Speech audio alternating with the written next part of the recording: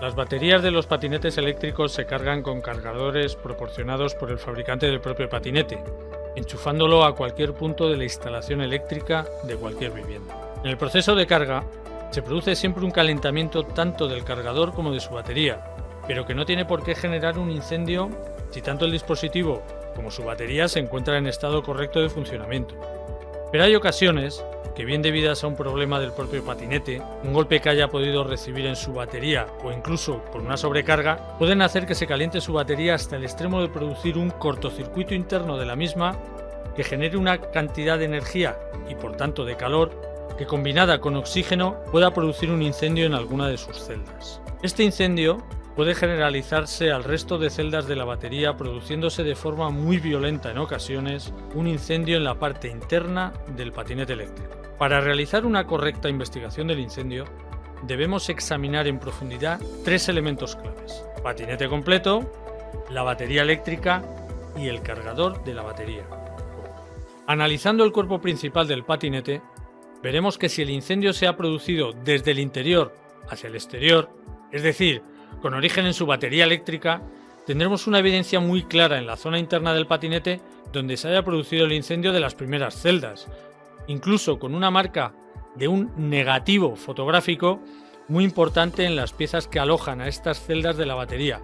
tal y como se aprecia por su decoloración más clara en comparación con la zona donde no tuvo incendio ni explosión de la batería, que se encuentra mucho más ennegrecida por efecto del humo existente en esa zona que ha alcanzado menor temperatura. Por último, debemos analizar el cargador de la batería, incidiendo en primer lugar siempre en la comprobación de que se trata del original proporcionado por el fabricante del patinete. Comprobada esta circunstancia, al analizarlo no se observan evidencias de sobrecalentamientos ni internos ni externos, excepto los debidos al calor recibido por el incendio por radiación,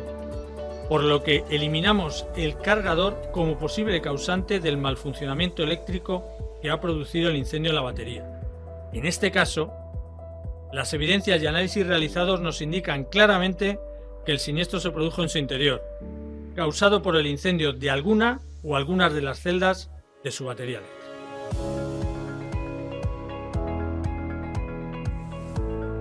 En este segundo caso, sin embargo, vamos a analizar un incendio que se ha generado exteriormente como consecuencia de la participación humana, probablemente además mediante la adición de combustibles acelerantes. El análisis completo no nos muestra ninguna zona en la que podamos observar que haya habido una mayor carga térmica que en el resto, sino que tanto externa como internamente el dispositivo se encuentra bastante uniformemente quemado, sin zonas especialmente sometidas a picos altos de temperatura. Siguiendo con el análisis de su batería, la encontramos más afectada por una zona que por otra, pero sin mostrar signos de explosiones violentas internas, como en el caso anterior,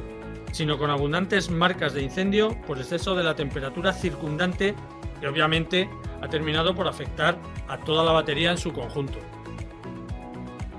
Por tanto, las evidencias observables directamente son muy diferentes que las del primer caso, ya que en este segundo caso, al no existir ningún punto exterior de calor y tratarse de un incendio más uniforme en todo el conjunto inferior del patinete, podemos asegurar la no intervención de la batería como generadora del calor necesario para provocar el incendio. Analizado también su cargador de batería, primero comprobamos que se trata del original, muy importante, proporcionado por el fabricante del vehículo de movilidad personal, y en segundo lugar, que no dispone de zonas de calor extremo ni marcas de sobrecalentamientos, por lo que se elimina su participación en la generación del incendio. En este caso, sería muy recomendable además, y debido al análisis visual previo de las posibles evidencias, la realización de un análisis de posibles acelerantes en alguna zona del patinete que hubiera recibido menor carga térmica, lo que completaría el diagnóstico de este segundo caso como provocado por combustibles acelerantes depositados intencionadamente sobre el dispositivo, con la intención de provocar la duda sobre un posible fallo eléctrico del patinete en el momento de realizar la carga de su batería y, por tanto, una operación fraudulenta desde el punto de vista pericial. Como resumen, y después de analizar dos casos muy diferentes en incendios con patinetes eléctricos, podemos enumerar los siguientes pasos a seguir en su investigación. Análisis del patinete en su conjunto para ubicar el posible origen del incendio. Búsqueda de evidencias directas en la zona de alojamiento de su batería eléctrica. Análisis de la batería eléctrica y de sus celdas. Comprobación de que la batería es la original